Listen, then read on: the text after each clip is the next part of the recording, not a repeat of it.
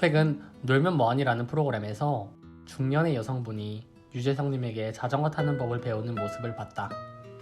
그녀는 자전거를 타고 출퇴근하기 위해 자전거를 배우고 싶다고 말했고, 두려움 속에서 중심을 잃기도 하고 몇 번씩이나 넘어지기도 했다. 그녀는 몇 번의 넘어짐 끝에 뒤에서 누군가가 잡아주지 않아도 자전거를 타고 운동장 한 바퀴를 돌았다. 나는 그 장면을 보며 무엇인가를 할 수 있는 능력이야말로 자유가 아닐까 하는 생각이 들었다. 걸어 다닐 수 있는 능력, 글을 읽고 쓸 수 있는 능력, 자전거를 탈 수 있는 능력, 하늘을 날 수 있는 능력, 가구를 만들고 고칠 수 있는 능력, 집을 지을 수 있는 능력. 나는 무엇인가를 할 수 있는 능력에서 자유를 발견했다. 평생 한글을 읽고 쓸 줄 몰랐던 시골 할머님들께서 한글을 배우고 쓰신 글들을 모아놓은 책이 있다. 누군가에게는 한글을 읽고 쓰는 행위가 당연하지만 수십 년간 식구들 뒷바라지를 해온 시골 할머니들에게는 당연하지 않았다. 그분들이 그렇게도 열심히 그리고 즐겁게 한글을 배운 이유는 무엇인가를 알아간다는 즐거움도 있겠지만 글을 배워갈수록 당장의 생활 속에서 자유로움을 경험했기 때문이 아니었을까? 할머니들이 바라는 자유는 아주 소박했다. 자식들에게 문자를 보내고 은행에 가서 통장을 만들고 집으로 날아온 고지서를 확인하고 손주들에게 동화책을 읽어주고 가사를 읽고 노래를 부를 수 있는 자유가 할머니들이 그토록 원하고 바라던 것이었다. 할머니들이 그를 깨우치는 과정은 곧 자유로워지는 과정이었다. 그러나 자유에는 고통이 따른다. 자유를 온전하게 누리기 위해서는 연습하고 노력하는 시간이 충분히 쌓여야 하고 자유에 따르는 피로감을 감수해야 한다. 늦은 나이에 자전거를 타기 위해서는 넘어지는 것에 대한 두려움을 이겨내고 몇 번씩이나 넘어져야 했고, 늦은 나이에 글을 배우기 위해서는 뭐 한다고 그 나이에 글을 배우냐는 인식을 이겨내고 성실하고 꿋꿋이 학교로 향해야 했다. 자유로운 삶에는 용기가 필요하고 꾸준한 노력이 뒷받침되어야 한다. 자유로운 삶은 마치 산에 오르는 것과 같다. 등산을 하기 위해서는 목표 지점을 선택해야 하고 목표한 곳까지 갈 수 있는 다양한 길 중 하나의 길을 선택해야 한다.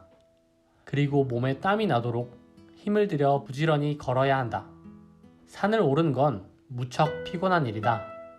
하지만 내가 목표한 지점에 도착했을 때 탁 트인 풍경, 바람, 그리고 햇살은 그동안의 고생을 단숨에 보상해준다. 그래서 우리는 어차피 내려올 산을 또다시 오르는 것일지도 모른다. 자유에는 책임이 따른다. 책임이란 내가 무엇인가를 하고 싶고 그 무엇을 할 수 있는 능력을 기르기 위해 부지런히 연습하고 발전이 없는 것 같은 막막하고 힘든 시간을 견디는 것이다. 그래서 많은 사람들이 자유를 포기하며 살아간다. 타인과 사회의 획일적인 목소리를 자신의 생각이라고 믿어버리고 주어진 바대로 따르기만 하면 스스로 고민하고 공부하고 실천하고 되돌아보는 피곤한 과정을 감내하지 않아도 되기 때문이다. 하지만 우리는 남의 삶을 살기 위해 태어난 존재가 아니라 자신만의 자유로운 삶을 살기 위해 태어난 존재다. 배는 항구에 있을 때 가장 안전하지만 배가 존재하는 이유는 항구에 있기 위해서가 아니라 바다를 항해하기 위해서다. 한편으로 자유는 최소한으로 소유할 때 온전히 누릴 수 있다. 이때의 자유는 무엇인가에 얽매이지 않는다는 의미에 가깝다. 생각이든 미래에 대한 계획이든 누군가와의 관계든 물건이든 그 무엇이든 소유하는 것이 많아질수록 자유와 멀어진다. 배낭여행에서 짐이 간소할수록 여행에 온전히 집중할 수 있는 것과 마찬가지다. 가방이 가벼워야 충분히 걸을 수 있고 가방이 가벼워야 풍경을 감상할 여유가 생긴다. 물건뿐만 아니다. 우리는 자연을 소유하지 않았기 때문에 자연에서 즐거움을 누릴 수 있다. 우리는 산속에 머무르는 것을 좋아하는데 아름다운 풍경 앞에서 수수에게 이렇게 물은 적이 있었다. 만약 이 산이 우리의 것이라면 얼마나 좋을까? 그러자 수수는 고개를 저으며 이렇게 답했다. 산을 관리하느라 정작 풍경을 즐길 여유가 없었을 거야. 맞는 말이다. 산이 내 것이 아니기에 온전히 산을 즐길 수 있다. 만약 산이 우리의 것이었다면 산불이 나지는 않을지, 누가 나무를 베어가거나 쓰레기를 버리지는 않을지 신경 쓰느라 산의 정취를 온전히 누릴 수 없을 것이다. 결국 무엇인가를 소유한다는 것은 얽매인다는 것이고, 무엇인가에 얽매인다는 것은 자유로움에서 멀어지는 일이다. 우리는 곧 자전거를 구매할 예정이다. 자전거를 구매하게 되면 자전거에 얽매이게 된다는 걸 안다. 자전거를 보관하기 위해 눈과 비를 피할 수 있는 적절한 장소를 확보해야 하고, 도난 방지를 위해 자물쇠를 채워주어야 하고, 그럼에도 혹여 누가 가져가지는 않을지 때때로 마음을 졸여야 할 수도 있다. 하지만 자전거를 탈 때 누릴 수 있는 자유로움 때문에 소유에서 오는 불편함을 감수하기로 했다. 순도 100%의 자유란 존재하지 않는다. 살아가기 위해서는 무언가를 소유하거나 누군가와 관계를 맺으며 얽매일 수밖에 없는데, 이때 내가 얼만큼의 얽매임을 감당할 수 있는지 충분히 고려해야 한다. 우리가 유튜브 채널을 만든 것도 하나의 소유이고 얽매임이다. 누가 시키지도 않았는데 정해진 요일과 시간에 영상을 올리기 위해 일주일 동안 애를 쓴다.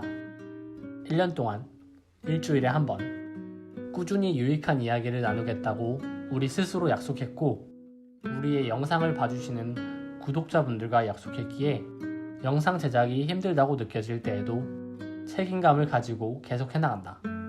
유튜브를 하지 않았을 때의 삶을 생각해보면 무엇을 해야 한다는 마음의 부담 없이 참 여유롭고 평화로웠다.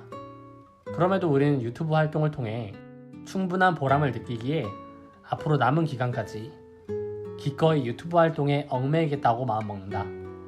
어쩌면 삶은 무엇에 혹은 누군가에게 얼만큼 얽매여도 괜찮은지 고민하고 시행착오하며 끊임없이 얽매이고 다시 자유로워지기를 반복하는 여정이 아닐까?